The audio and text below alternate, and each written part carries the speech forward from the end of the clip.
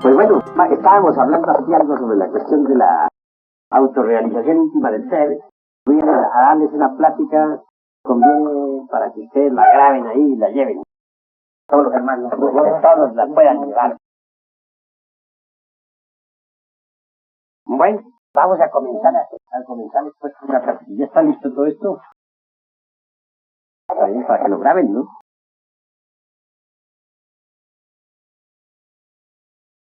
En todo caso, es conveniente saber que toda la humanidad es terriblemente mecanicista en un 100%. Obviamente tal mecanismo deviene originalmente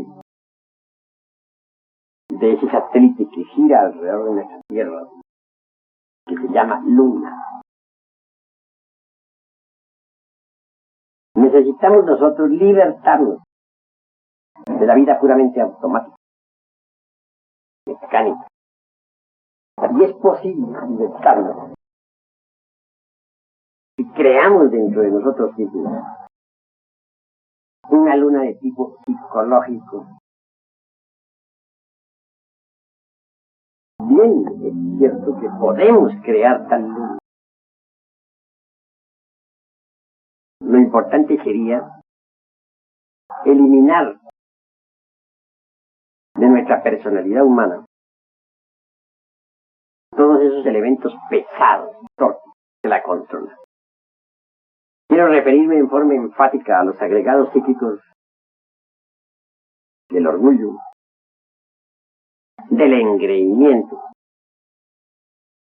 de la vanidad, del odio, de la arrogancia, de los celos, etc. Conseguimos la eliminación de tales agregados. Se establecerá en nuestra psiquis un centro de gravedad permanente, un centro de gravedad consciente. Incuestionablemente tal centro es lo que podemos denominar enfáticamente luna psicológica. Obviamente, dicha luna viene a darnos continuidad de propósito. Entonces ya no andaremos a la deriva en las cuestiones relacionadas con el trabajo sobre sí mismo. Se habrá promovido un cambio extraordinario. Mas eso no es todo. Se hace necesario progresar aún más. Necesitamos crear un sistema solar psicológico dentro de nosotros mismos. Para ello hay que bajar a la novena esfera, al noveno círculo dantesco.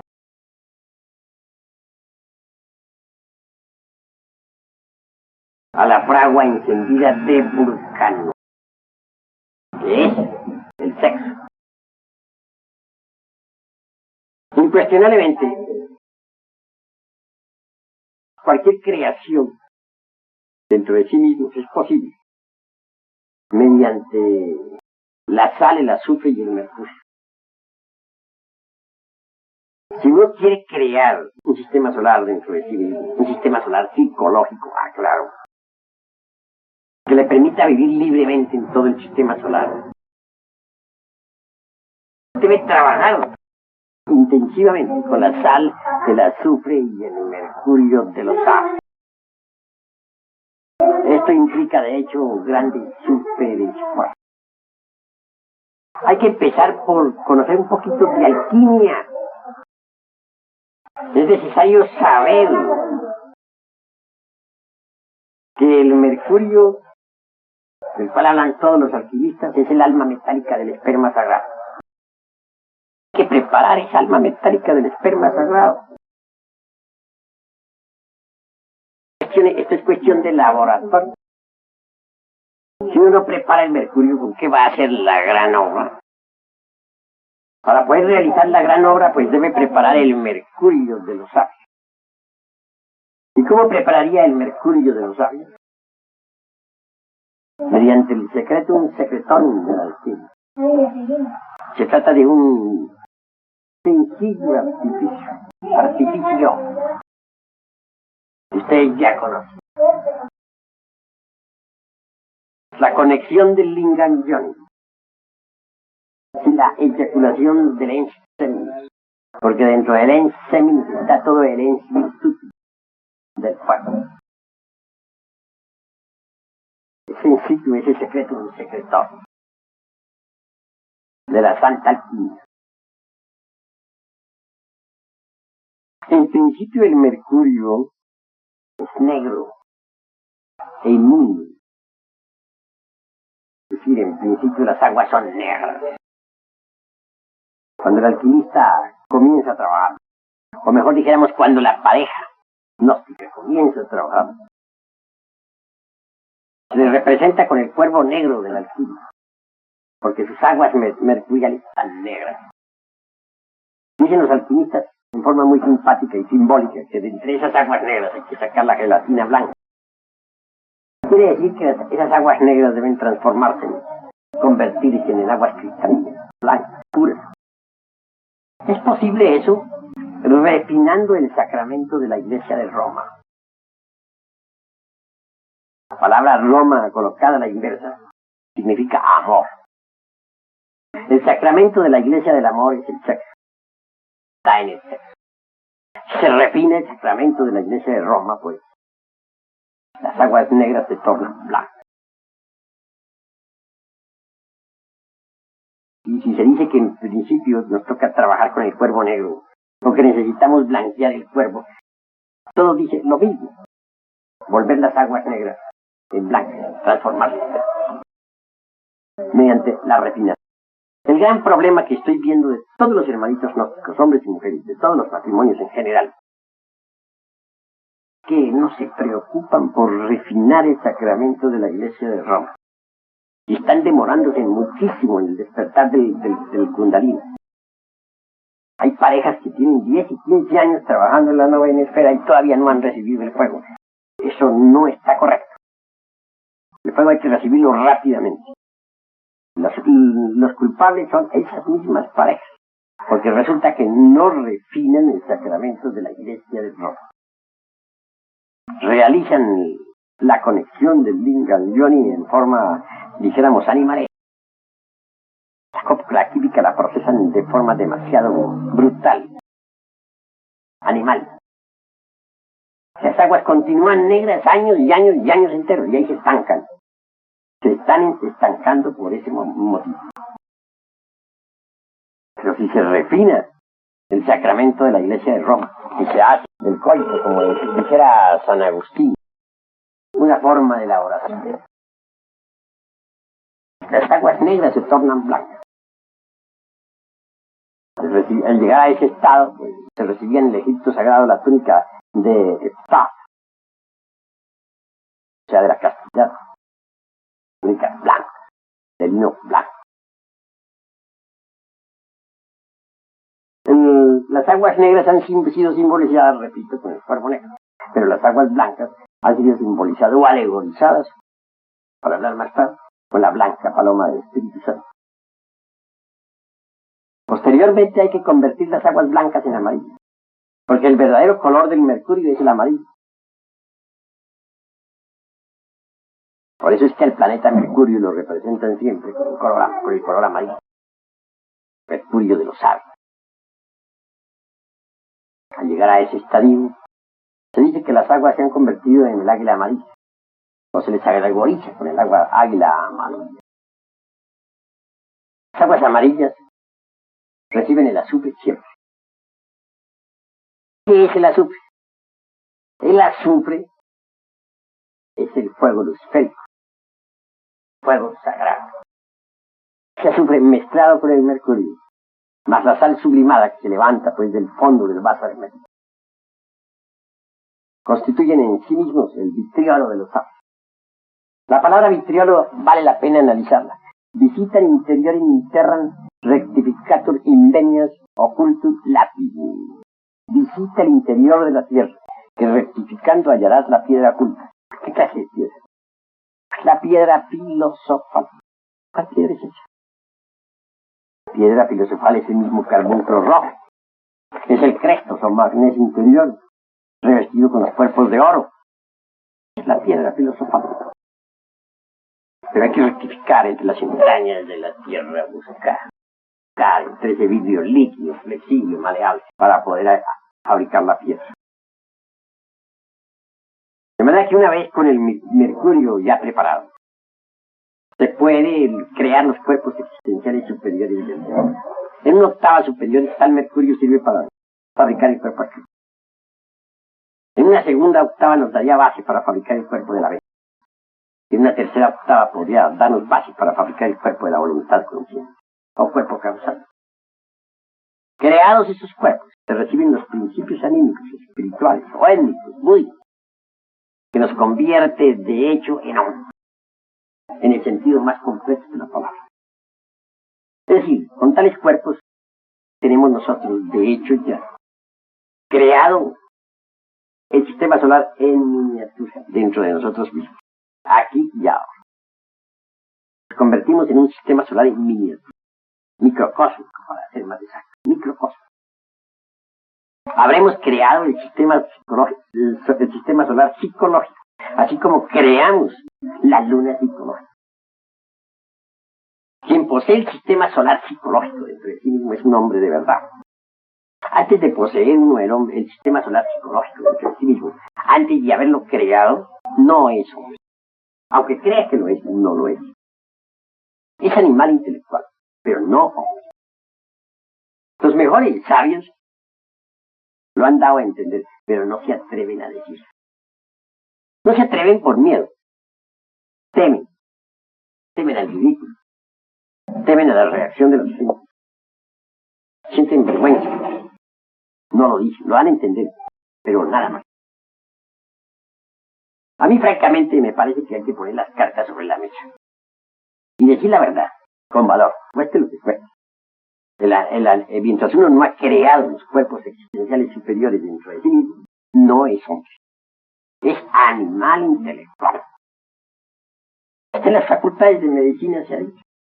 Un profesor de medicina aquí en el Distrito Federal, en plena cátedra, dijo: nosotros somos mamíferos intelectuales. O racionales, que es lo mismo. Lo dijo, y lo curioso del caso fue que los discípulos no reaccionaron. Todo el mundo aceptó, lo dijo el profesor. Ni modo, callarse el pico todo el mundo. Pero como se dijo en la Facultad de Medicina, no hay problema, ¿no? Lo grave es cuando se dice en una sala, ¿no? Y sin embargo en la facultad se dice y está aceptado. Realmente eso es que no ha creado los cuerpos existenciales superiores, pero para poderlos crear hay que preparar el mercurio de los sabios.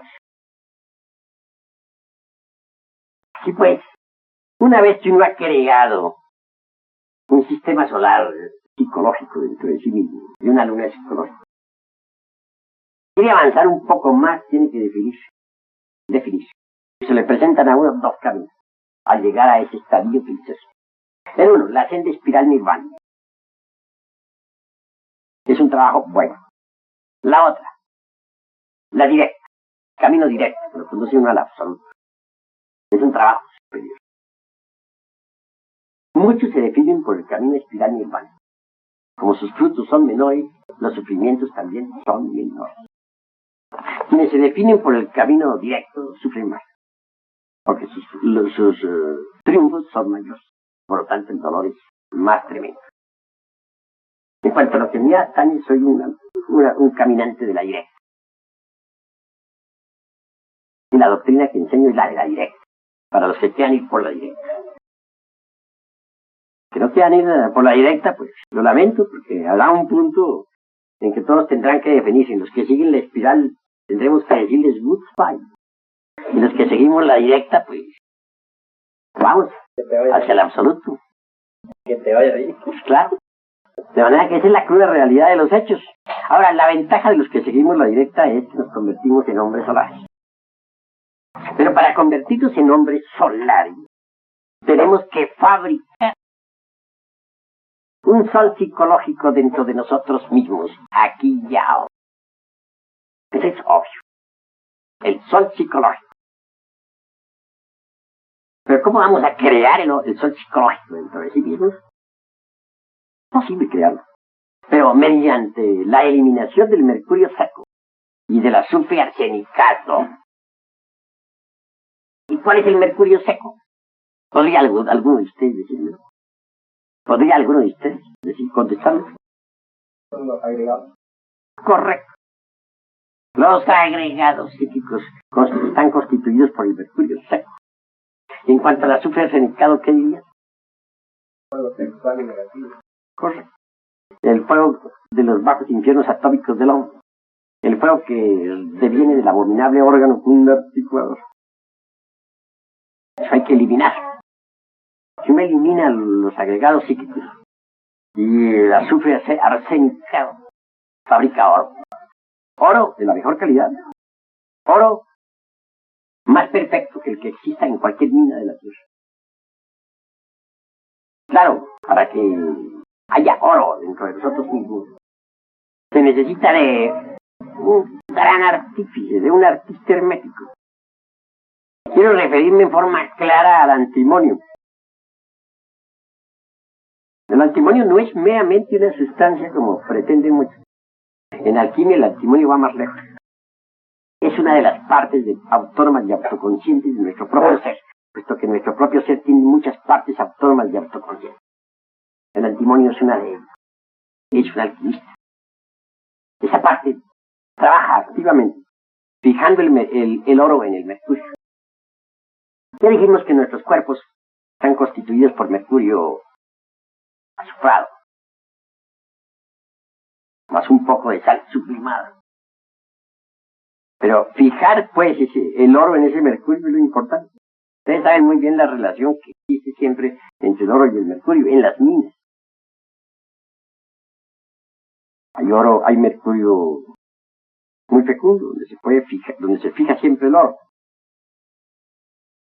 Pero bueno, dentro de nosotros también hay relación entre el mercurio y el oro y el mercurio. A medida que vamos eliminando, por ejemplo, los agregados psíquicos o el mercurio seco relacionado con el cuerpo astral, claro que el antimonio va fijando el oro en ese cuerpo. Y llega un instante en que verdaderamente el cuerpo sideral o astral, famoso eidolon, se convierte en un vehículo finísimo de oro puro, de la mejor calidad. A llegar a esa etapa es claro que la serpiente se devora al cuerpo astral, traga. Y entonces pasamos a gozar del poder de los chakras. Antes, pues, porque una cosa es despertar a la serpiente, ponerle en actividad, y otra cosa es gozar de los chakras. Para poder gozar de los chakras, se necesita indispensablemente haber sido devorados por la serpiente. Una vez, después que el cuerpo astral ha sido tragado por la culebra, viene el trabajo con el cuerpo mental. Muchos pueden progresar hasta el astral. Al llegar a trabajar con la mente, fracasan. La mente es muy difícil. ¿Ustedes saben lo que significa convertir uno su propia mente en una mente de oro? En una mente divinal. La mente es dificilísima y volverla de oro. ¿Cuán difícil es volver la mente de oro? Muchos llegan hasta ahí y ahí fracasan. Y ahí no pasan. En mi presente existencia, cuando llegué ahí, fui advertido. Se me dijo, hasta aquí han llegado muchos. Pero de aquí para allá es difícil que puedan pasar. Me limité a decir, bueno, voy a intentar. Y me propuse trabajar, eliminar el mercurio seco de la mente. Lo conseguí a través de supremos sacrificios. Y muy grandes. Y después que aquella mente se tornó en un vehículo de oro, fue tragada por la culebra. Entonces mi mente quedó en Is. El tercer cuerpo que hay que, o digo yo, el cuarto, entre una tercera octava, nos toca trabajar con el causal. Parece increíble que también en el mundo de las causas naturales tengamos mercurio seco. Pero lo tenemos. Eliminar el mercurio seco en el mundo causal es muy difícil porque por lo común los agregados psíquicos del mundo causal o del cuerpo causal están vinculados al cargo. Y eso es lo grave. Ahí tiene que haber negociaciones para poder eliminar determinados agregados. Superesfuerzos espantosos, más allá de lo normal. Terribles arrepentimientos. Allí es donde tenemos que lavar nuestros pies con la sangre del corazón. Todo eso es gravísimo.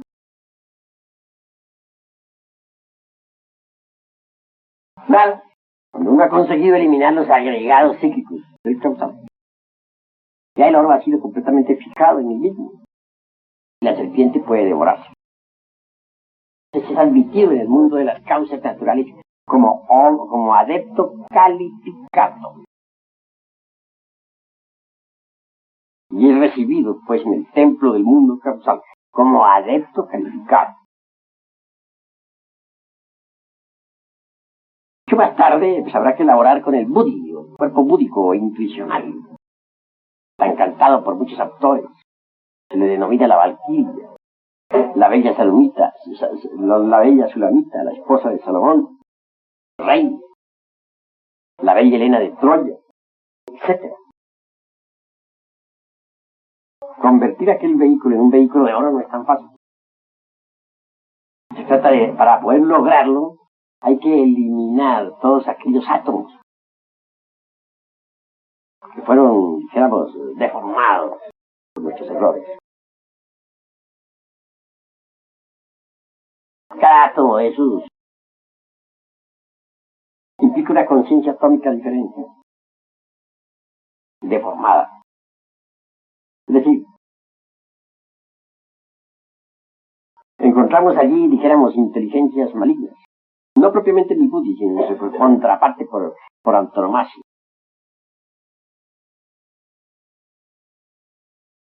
Implica esto cierto descenso, pues, a los mundos infiernos muy terribles, para poder eliminar agregados psíquicos inhumanos espantosos que se relacionan con la conciencia. Una vez que se ha logrado, pues el cuerpo búdico e intencional resplandece con el oro de los sabios. Y por último viene el trabajo de Atman, el Dinefam. Convertido a Atman en un vehículo de oro, queda uno firmemente establecido en mí. Puede exclamar, soy una serpiente. Soy una serpiente. Todo este trabajo del cual vengo hablando a ustedes se realiza en la novena esfera, en el sexo. Porque es en la novena esfera donde tendrá uno que esgrimir la lanza para desintegrar a los agregados psíquicos inhumanos que en nuestro interior cargamos. Es en la forja de los hijos, donde la madre divina Kundalini Shakti empuña las armas de Vulcano para la destrucción de todo el mercurio seco. Así que después de que un hombre ha conseguido fabricar oro dentro de sí mismo, está listo, está preparado para que el Cristo resucite en él. Cristo íntimo debe resucitar en el corazón del hombre. Y una vez que ha resucitado, él se vestirá con esos cuerpos de oro, que en su conjunto constituyen el tosoma helíacon del hombre solar. Revestido él, recubierto con esa envoltura metálica fina de oro puro, viene a la manifestación para trabajar la gran obra del Padre. Lo vital es, pues, llegar a la resurrección. Y es posible. Trabaja como se debe trabajar en la novena esfera. Sí, pues, necesitamos crear una luna psicológica. Si necesitamos crear a un sistema solar psicológico dentro de nosotros mismos, también necesitamos crear al sol psicológico dentro de nosotros, es decir, al hombre solar. Pero eso no es todo. ¿Ustedes creen que porque un hombre solar es tal, deba quedar estancado como tal? El hombre solar tiene derecho a convertirse en hombre galáctico. Tiene derecho a marchar hacia Sirio. El rayo de la revolución de la conciencia nos conduce a Sirio, hacia el sol central Sirio, la capital de la Vía Láctea, alrededor del cual giran millones de constelaciones. Si un hombre solar quiere convertirse en un hombre galáctico, necesitará inevitablemente crearse una galaxia psicológica dentro de sí. Para crearla tendrá que bajar otra vez a la fragua encendida de Vulcano. A trabajar allí, con el agua y el fuego. Estará trabajando en la forja del sitio. Crear aquellos vehículos finísimos del Nirmanakaya, del Sambhogakaya, que tiene 3 grados de perfección más que el de Nirmanakaya, del Adhikaya, del Dharmakaya. Vehículos que le permitan existir como hombre galáctico en la galaxia y vivir en Sirio. Para eso debe bajar a crear los cuerpos que necesita para convertirse en hombre galáctico. No podría uno ser un hombre galáctico si no poseyera los 4 callos de la alquimia. Una vez que uno los ha creado, se convierte en hombre galáctico. Por eso, en alguna ocasión, cierta dama adepto preguntaba en sí, ¿podría yo reencarnarme aquí en este mundo? La respuesta fue, imposible. Tú no eres más que un embrión. Para poder vivir en sí es muy difícil. Y allá no pueden vivir sino los hombres galácticos. Nada más. Tengas en cuenta que Sirio es la capital de esta Vía Láctea.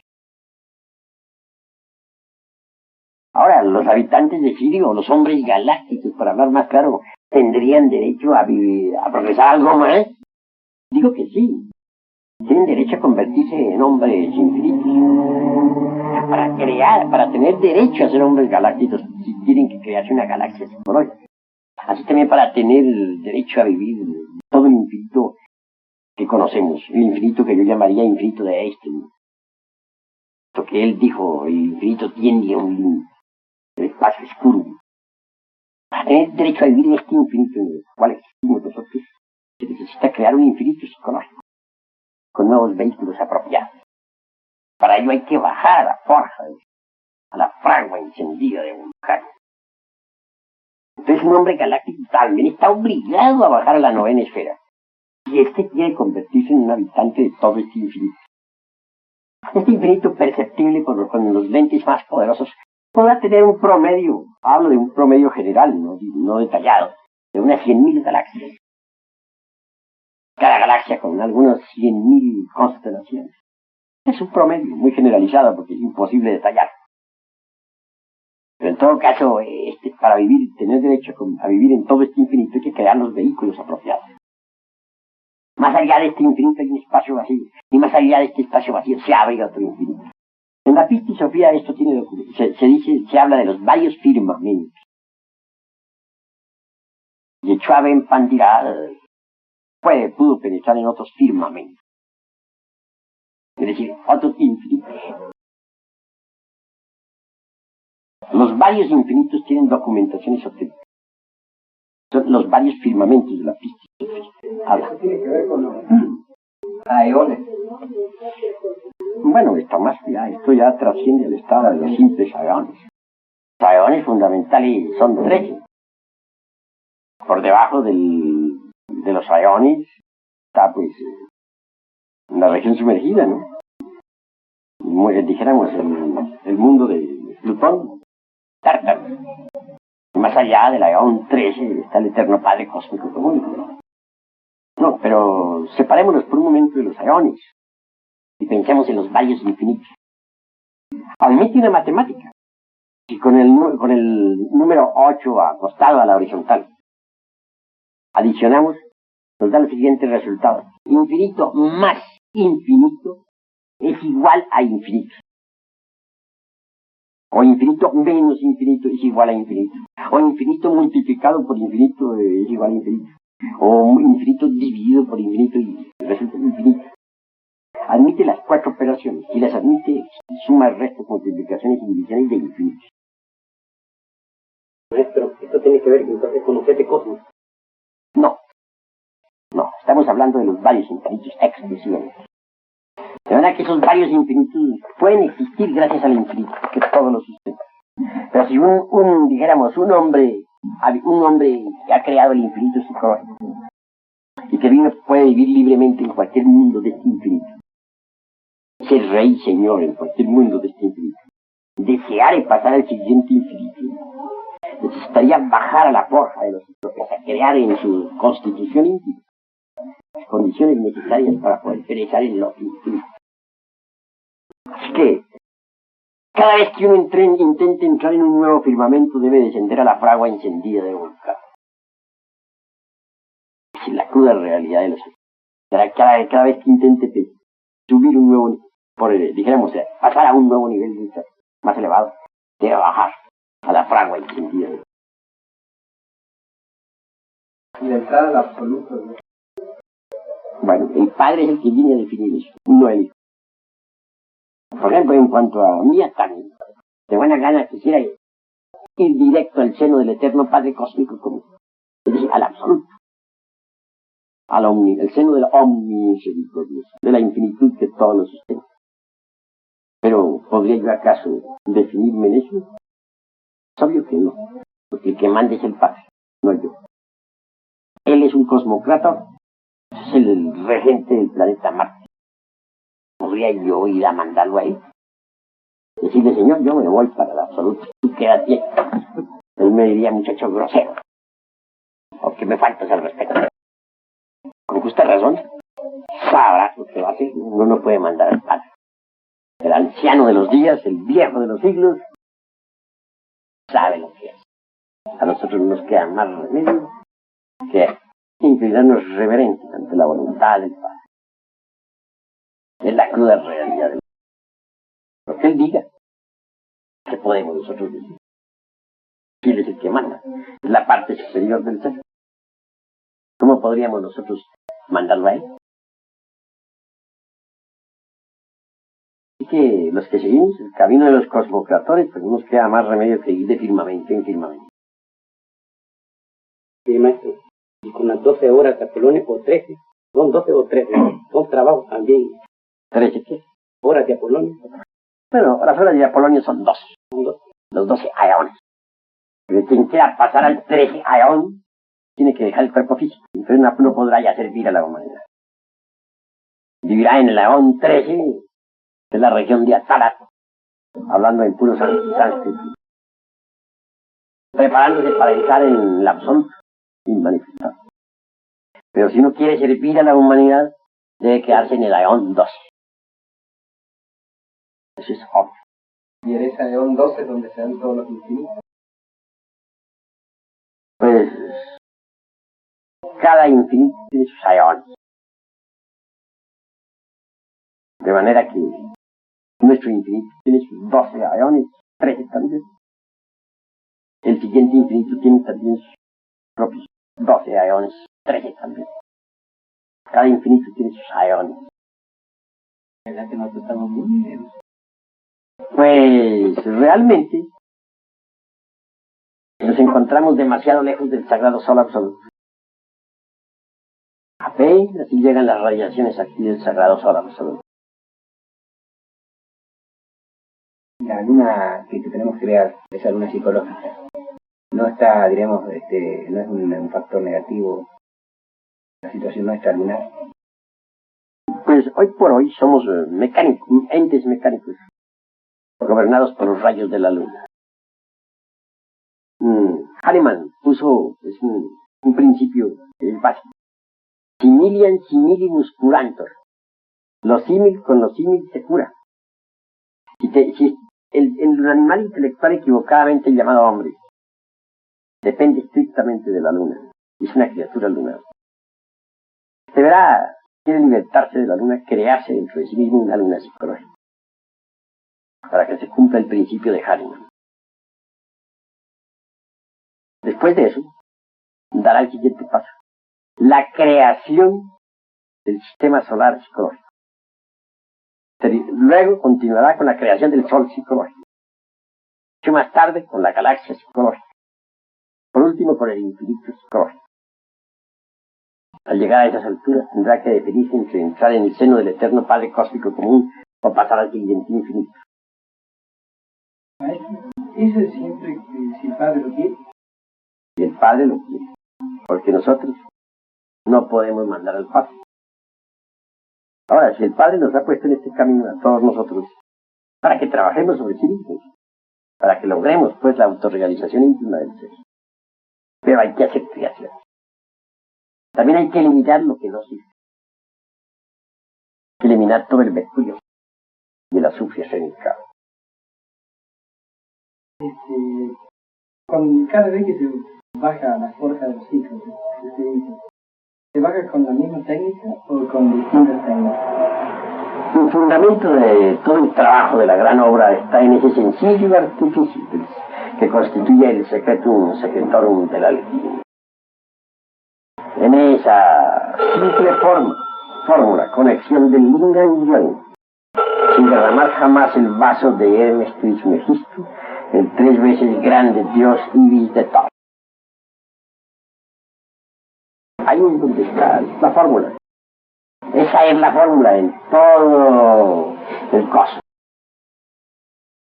Si uno intenta penetrar un sistema solar desconocido y convertirse en un habitante, el mismo que estudiar desde lejos, recibir algún informe sobre ese sistema solar, saber qué cuerpos, qué vehículos, qué condiciones especiales se necesitan para ingresar en el mismo, prepararse para poder tener derecho a ingresar. Se prepara uno en la forja de los... Tiene que bajar a crear lo que necesita para entrar en ese nuevo sistema solar. Siempre tiene que ser con la cosa partida. Siempre, porque no puede ser una fuerza crear. Se necesita 3 fuerzas. Se necesita el salto afirmar, del salto negar y del salto conciliar. Si no se trabaja con las 3 fuerzas, positiva, negativa y neutra, no se puede realizar ninguna creación. Mire, maestro, siendo usted, como dice, el quinto de los 7 y el que más ha sufrido, es señal de que ha bajado varias veces a trabajar con las 3 montañas. Bueno, dentro de mí está el quinto de los 7, que es el ser. Él es el quinto de los 7. Mi insignificante persona considero que no tiene ningún valor. No vale fine ser. Lo que importa es el ser. Los que van de nosotros. El ser. ¿Qué van de nosotros? El ser es lo que cuenta, lo que vale, no nuestras personas, que no valen nada. Venerable maestro, ¿cómo, en cuál de estas etapas se logra trascender el signo zodiacal, las influencias planetarias? O sea, hay una etapa en la cual dejará ya el signo que tenga o las influencias planetarias las podrá neutralizar. ¿Sí? Ya con la luna psicológica se logra eso. No. Ni con el sistema planetario psicológico se logra eso, tampoco. Pero sí se logra cuando se convierte en un nombre solar. Creando el sol azul. Tiene que crear el sol psicológico dentro de sí mismo. Creado el sol psicológico dentro de sí mismo puede independizarse del zodiaco.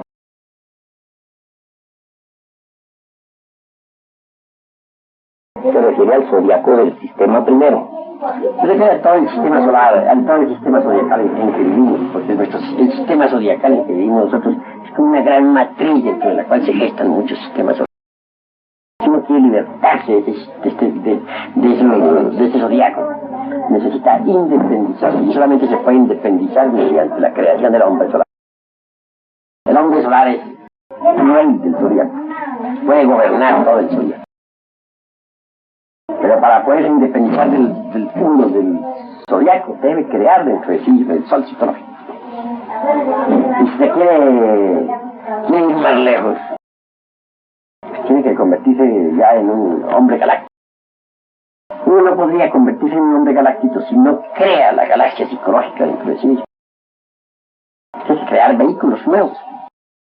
Tiene que crear los 4 callas. Si no ha creado los 4 callas, ¿cómo puede darse el lujo de convertirse en un habitante de Sirio? Los habitantes de Sirio poseen los 4 kayas mencionados en el esoterismo sánscrito.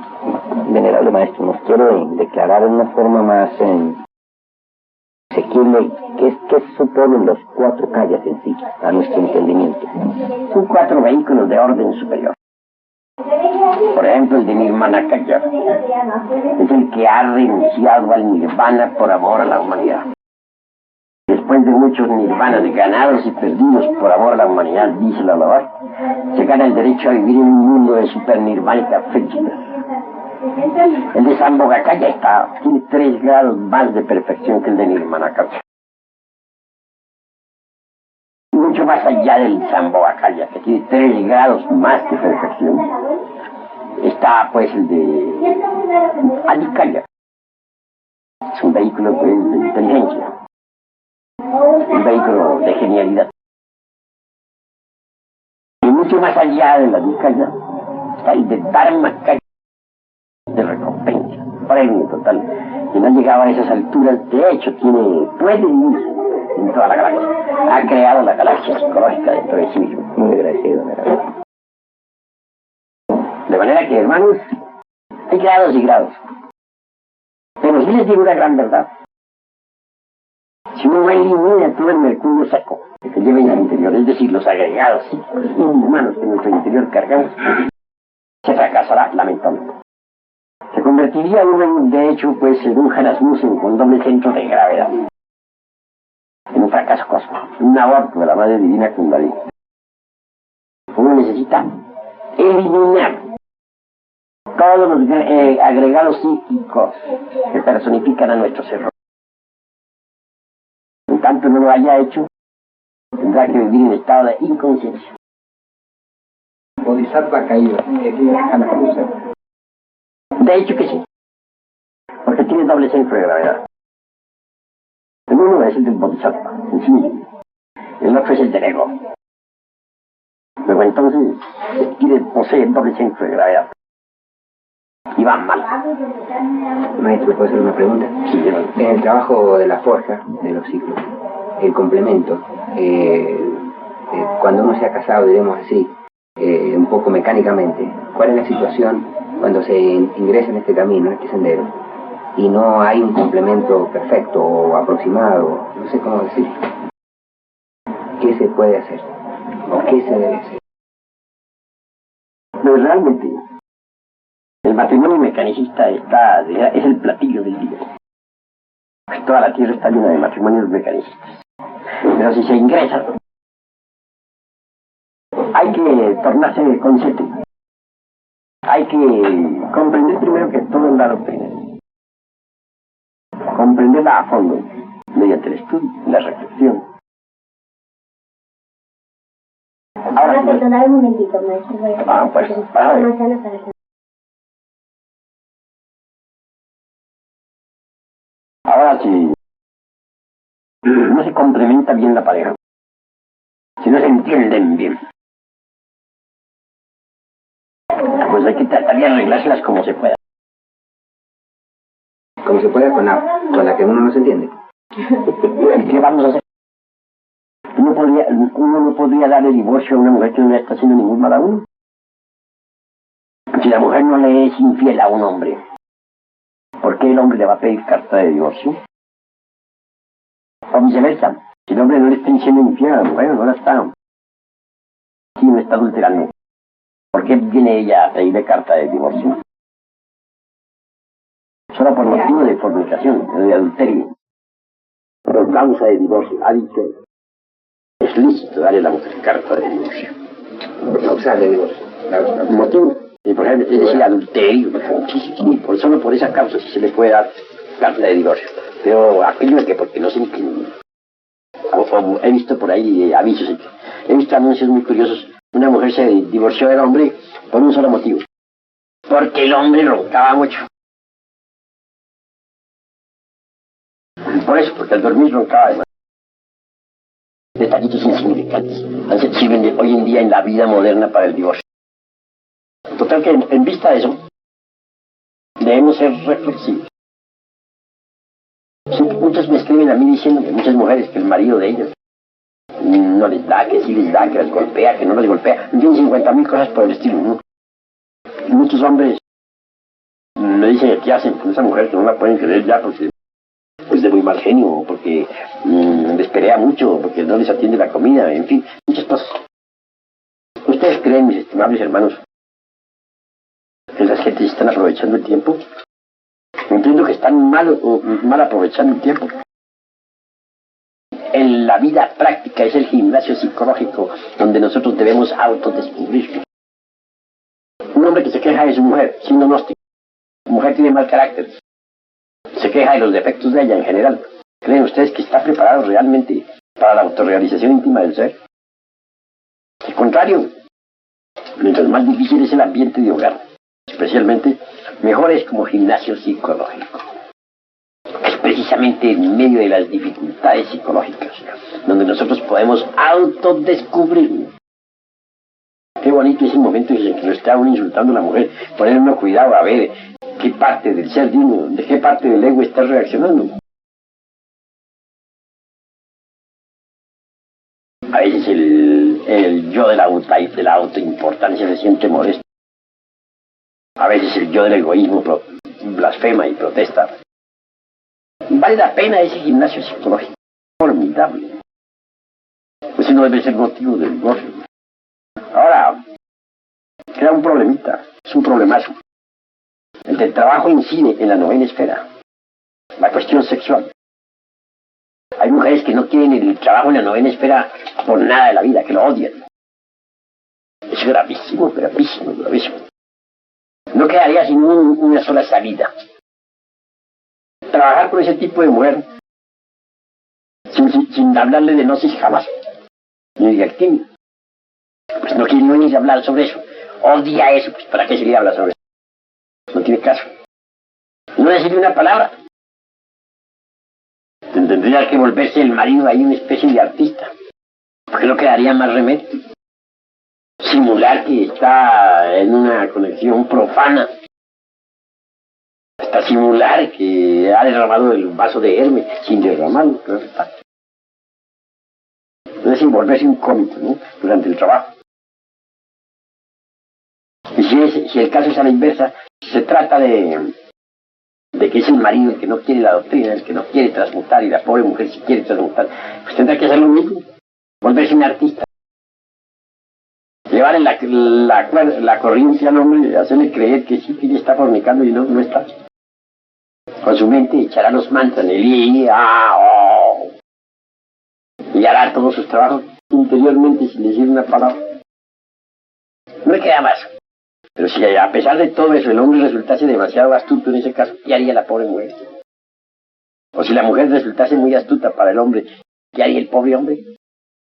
Es un caso ya tan grave que no quedaría ya por la autorrealización. Ahí sí no quedaría más que el divorcio. O el divorcio o la fornicación. O el divorcio o el fracaso. De las dos cosas, ¿cuál será preferible? Divorcio. Claro. No quedaría más remedio. Venerable maestro. Normalmente... Todas las posibilidades. ¿No? Se agotan primero todas las posibilidades. Hay que agotarlas todas. Íntegras. Si a pesar de todo eso, y si se agotan todas las personas, y no hubo posibilidad de remedio, y uno quiere cristificarse, pues tiene que dejar todo por el Cristo. O va con el Cristo, o va, en ese caso, con las fuerzas tenebrosas. Tiene que decidirse. Que no hay más remedio. Ahora permite una pregunta. Sí, Una pareja normalmente, en la vida actual,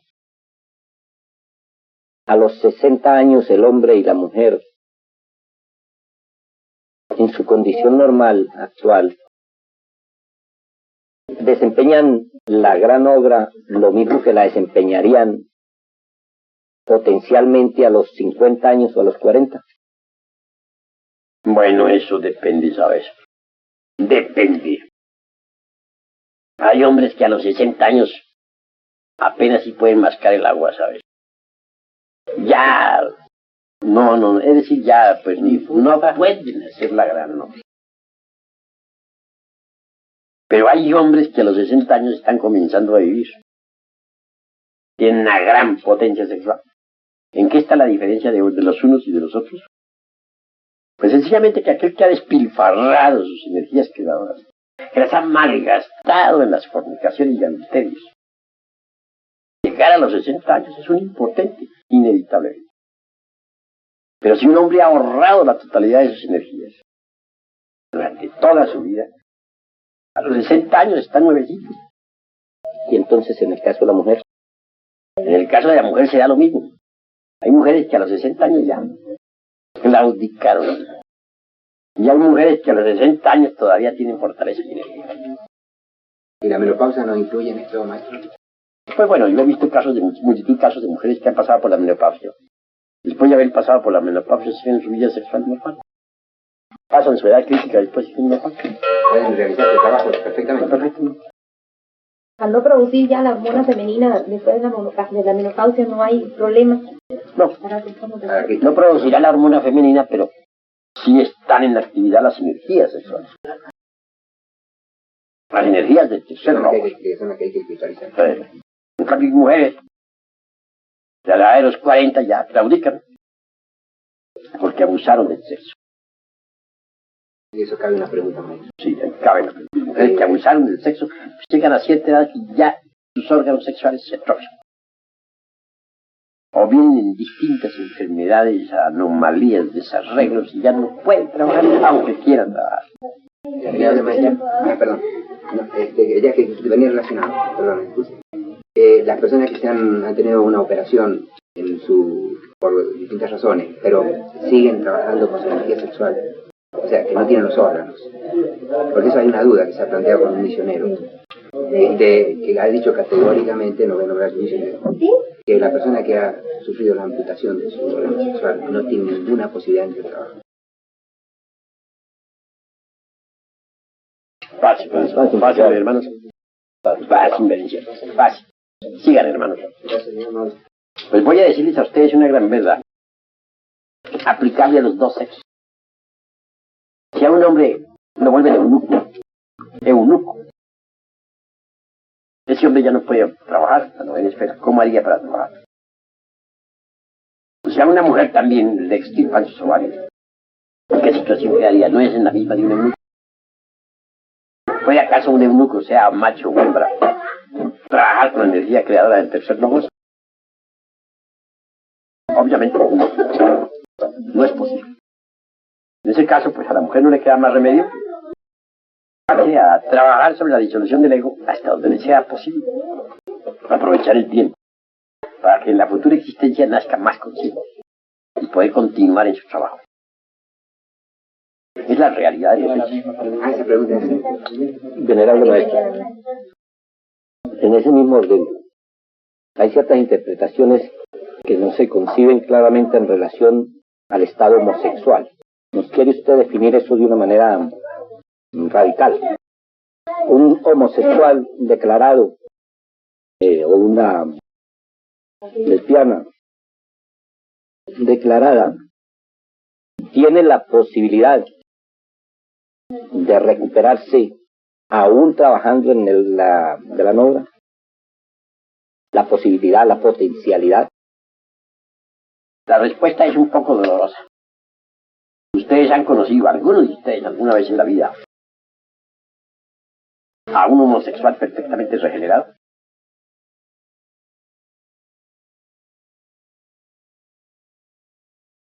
¿Tú has conocido a algún homosexual que en la vida haya dejado de ser homosexual? ¿De verdad en un 100%? No lo hay. Porque es una semilla degenerada. Está podrida. No se puede hacer de nuevo porque está podrida. Hay semillas vegetales degeneradas que no germinan, aunque se siembren en muy buena tierra y en las mejores condiciones, no germinan porque están degeneradas. Así también hay semillas humanas, gérmenes humanos. Aunque sea jóvenes, pero son gérmenes degenerados que ya no se pueden, de ninguna manera se pueden arreglar. Traten ustedes de regenerar una semilla, un germen vegetal, y de colocarlo en magníficas condiciones para que germine, a ver si es cierto que germina. Después de que se demuestre que está degenerado. No germina. Lo mismo son los gérmenes depositados en las glándulas sexuales. Un germen degenerado no germina jamás. De ahí no puede salir un hombre, nunca. Pero Es un caso perdido. Pero en un próximo retorno puede acomodar ese condicionamiento, o sea, tiene un karma, ¿no? Por supuesto. Entonces en la próxima, deparando ese karma, puede modificar y ya lograr ser, o en próximos retornos, ser otra vez normal para poder trabajar.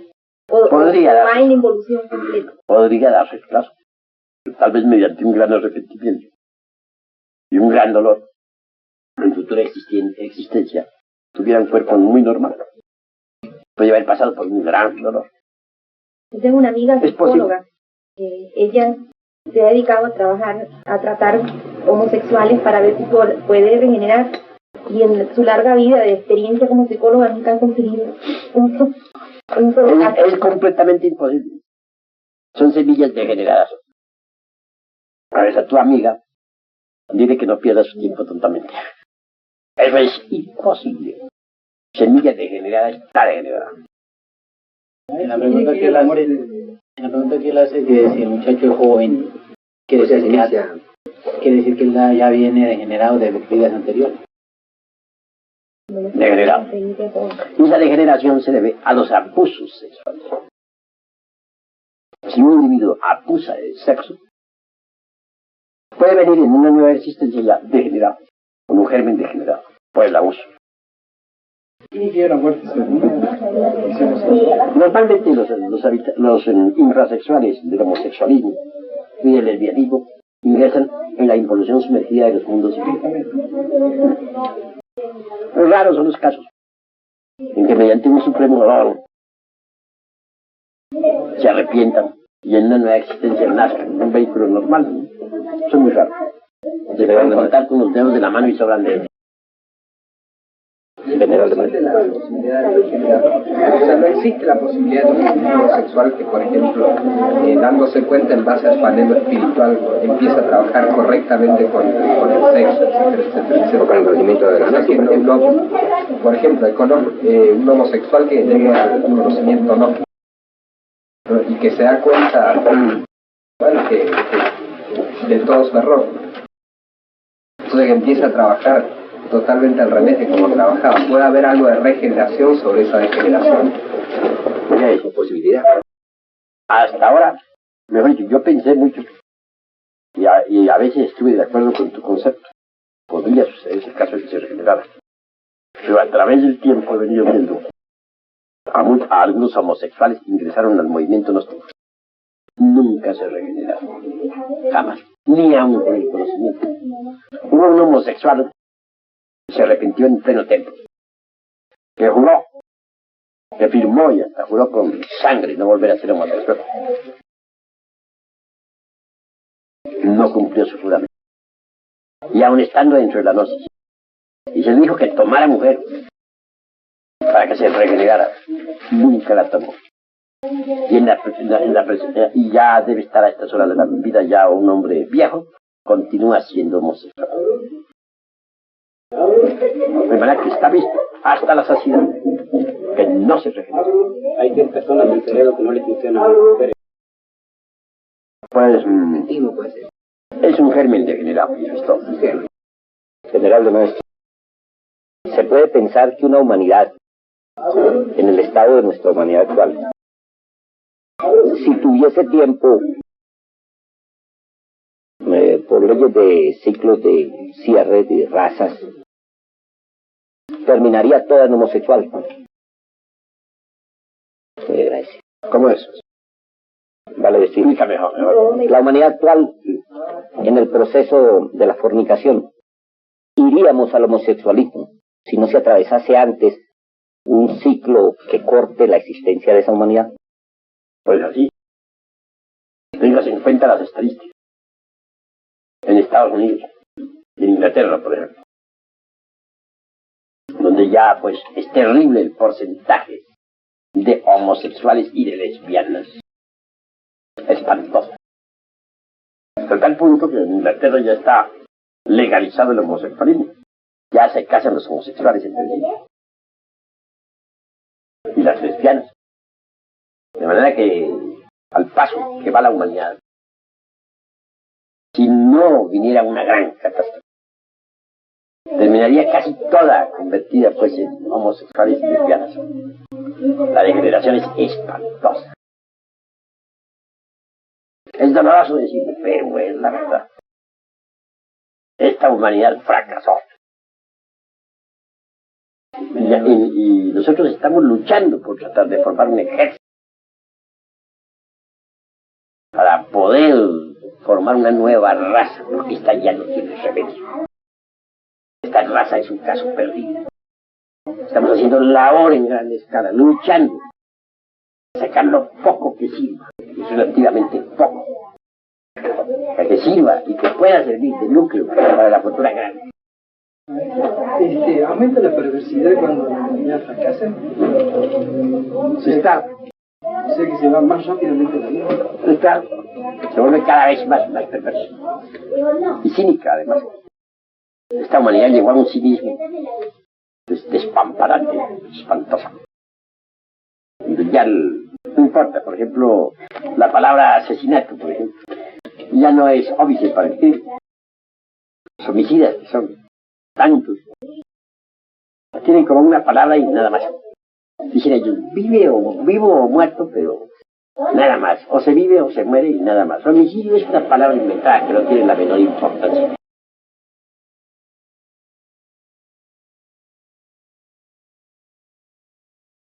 ¿En la época qué? Lemúrica.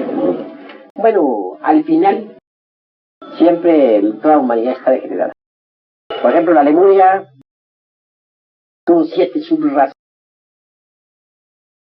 Al final había llegado al máximo de degeneración, mas nunca a un grado de degeneración como el que llegó la Atlántida al final del continente atlántico, al final de la raza atlántica. La 7ª subraza se llegó a un grado de degeneración millones de veces más terrible que el de la Lemuria. Ahora, actualmente estamos en el final de la raza aria.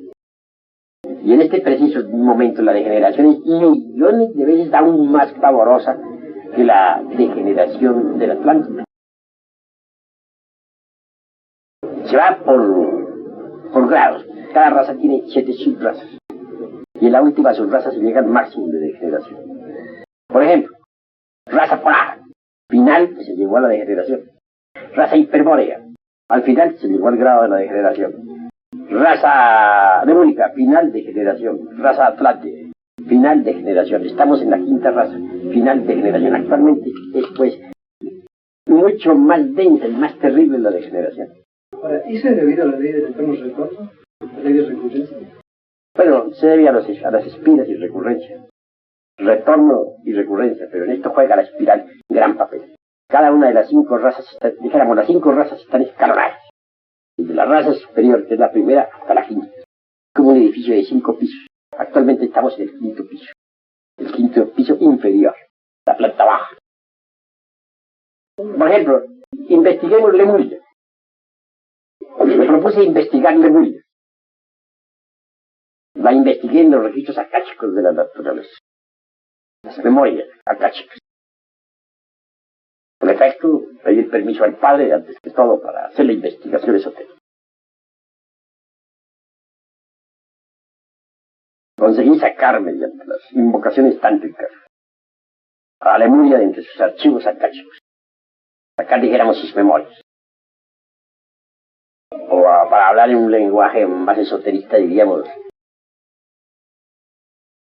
las síntesis aquellas teleoginoras. Son vivientes películas de lo real, que ha acaecido, tal como están escritos en las tablillas esas de la casa. De acuerdo con los legominismos de Asyata Shemaj. Surgió Lemuria, pues, ante el centro de la, dijéramos, del Sahasrara. Y tuve la buena visita de un grupo de lemures. Hombres todos de estaturas de 4 y 5 metros. Revestidos con sus típicas vestiduras folclóricas lemúricas. Sus mantos y sus extraños sombreros metálicos. tomaron asiento, así como ustedes lo tomaron. Entonces, hablé al principal de ellos, con el propósito de investigar las cuestiones relacionadas con el sexo. ¿Cuál es el jefe? Dije, de todos ustedes, jefe de esta familia. Uno de ellos tomó la palabra. Soy yo. Está bien. ¿Cómo realizaban ustedes el acto sexual en Lemuria? ¿Cómo se reproducían ustedes en su época? Bueno, claro, entre paréntesis, estaba hablando yo con habitantes de la séptima subraza, de los degenerados ya. Nosotros nos uníamos sexualmente, hombre y mujer, para la reproducción. Realizábamos la conexión del cañón normalmente. Ustedes derramaban el vaso de Hermes, sí lo derramábamos para poder crear hijos. Pero solamente realizábamos la unión sexual exclusivamente cuando queríamos criar un hijo y nada más. Nunca por placer, siempre cuando queríamos criar. Y lo hacíamos con entera veneración y profundo respeto. No derramábamos el esperma sagrado jamás fuera del vaso sagrado. Entonces continué diciendo, pero no se da cuenta usted que eso de derramar el vaso de Hermes es un pecado. Bueno, nosotros lo hacíamos con entero respeto. Eso lo hacían ustedes en su época, cuando ustedes eran habitantes de la séptima subraza, en la Lemuria. Pero así no se reprodujeron siempre los habitantes de la Lemuria. Cuando se produjo la división de sexos, por la mitad de la época lemúrica, por la tercera subraza, la reproducción se hacía dentro de los templos y no se derramaba el vaso de Hermes. Entonces se reproducían los seres humanos mediante Kriya Sa, por el poder de la voluntad y de la yoga. Digo, eso sí nosotros no sabemos. ¿Quieren que se los demuestre, señores? Sí, nos gustaría. Esta clase de trabajos son muy importantes, ¿no? Invoqué, de hecho, hice una invocación táctica a un viejo habitante de la antigua Lemuria, de esos que se reproducían por Kriya Sa, el poder de la voluntad y de la yoga, exclusivamente dentro de los templos. Concurrió a mi llamado. Gigante, como de 4 o 5 metros de estatura, venerable, anciano, cabellos blancos, barba blanca, impecable. Allí sí pude ver perfectamente que ese anciano, por esta época, debe estar caído, tiene cuerpo físico en algún país del mundo que todavía no sé, pero tiene cuerpo físico. Vestía con sus vestidos sagrados, sandalias. Sobre su cabeza traía, pues, algunos extraños sombreros unos sobre otros, motivo por el cual tuve que regañarle, recriminarle. Le dije, ¿qué es eso que trae usted sobre su cabeza? ¿Qué significa todos esos sombreros del siglo XX? ¿No siente usted vergüenza de eso? ¿No se da cuenta que usted viene dormido? Lo que está trayendo son formas mentales sobre su cabeza. Quítelas, disuélvalas, desintégrelas. Las desintegró instantáneamente. Eso sí, las desintegró. Pero con todo eso pude ver que su conciencia ya venía dormida. Es decir, a pesar de haber sido un individuo sagrado, ahora está dormido por estos tiempos. Debe estar caído, claro, está caído con toda seguridad, se lo digo por este tiempo. Le dije, bueno, estamos hablando aquí sobre el sexo, la reproducción en la antigua Lemuria.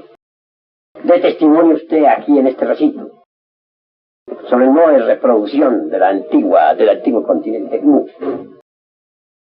¿Cómo se reproducía la gente en su tiempo? Ya ve, aquí no son sino gentes de la séptima subraza, ya estaban degenerados. Ahora, ¿cómo se reproducían las gentes de su tiempo cuando todavía no estaban degenerados? Le dijo, Señor, nosotros nos reproducíamos por medio de Kriya Sa. Nos reproducíamos en el templo, exclusivamente. No derramábamos jamás el esperma sagrado. Nunca. ¿Han oído ustedes, señores, el testimonio que da este caballero, que es de tiempos más antiguos que el de ustedes? Hemos escuchado, pero nosotros los de la séptima subraza nada sabíamos de eso. ¿Vale? Los de la tercera sí sabían. se reproducían por medio de la voluntad y del yoga en los templos. No estaban caídos, vivían en estado etérico. ¿Se siente usted capaz, le dije, de dar testimonio de esto al mundo? Yo sí. Con gusto daré este testimonio a la humanidad. Bien, salgamos.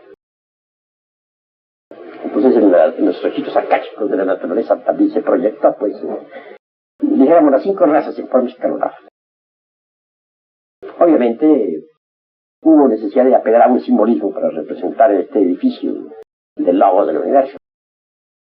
Como de un edificio de 5 pisos. Cada uno de esos pisos corresponde naturalmente a una raza. Hay 5 razas. En el 5º piso inferior ya pudimos ver a las gentes de esta época vestidas con trajes tan horribles que cargamos, que tan feos nos vemos los unos a los otros. Sentí un gran dolor. Me despedí de aquel viejo anciano. Solamente lamenté que tuviera también su conciencia dormida. Un lemur dormido. Obviamente se encuentra caído en estos tiempos. Pues claro. A pesar de estar ya degenerados, nunca llegaron a la degeneración en que estamos nosotros. Por lo menos se unían únicamente sexualmente, únicamente cuando querían crear un hijo. Y si cometían el crimen de derramar el vaso de Hermes, que esa era su degeneración, a lo menos sabían que el sexo era sagrado y asumían en esos instantes una actitud, dijéramos, dignificante y esencialmente edificante. Y esa era su degeneración. Esa era la época que ya estaban degenerados. ¿Qué diremos nosotros de nuestra época, de esta que estamos viviendo? ¿A dónde hemos llegado? No se conocieron homosexuales ni lesbianas en la época de la degeneración del mundo.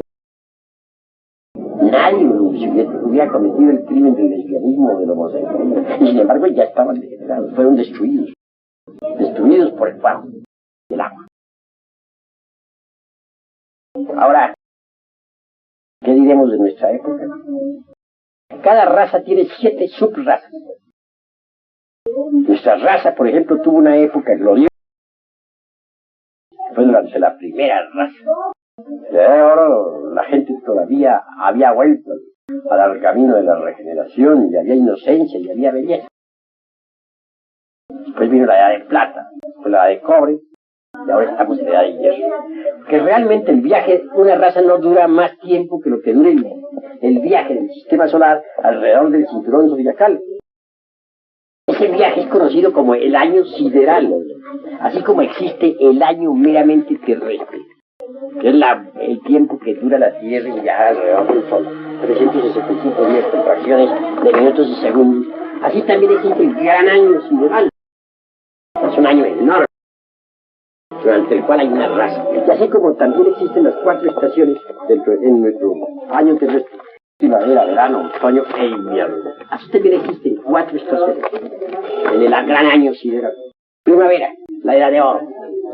Verano, la edad de plata. Otoño, la edad de cobre. Invierno, la edad de hierro.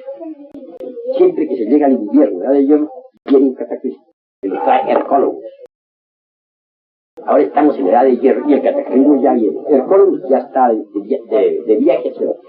Ya se está siendo visto a través de todos los telescopios del mundo. En este momento lo ven. Todos los astrónomos, ellos son los que han hecho el mapa de la catástrofe. No lo he hecho yo. Ahí tenemos en la universidad, ahí tenemos en la institución, aquí en México, el mapa que los astrónomos han hecho de la catástrofe que va a caer. Pero no solo nosotros los que lo hemos hecho, es oficial. Maestro. ¿Qué pasó? Un momento. A ver, Me llama la maestra. ¿Sí?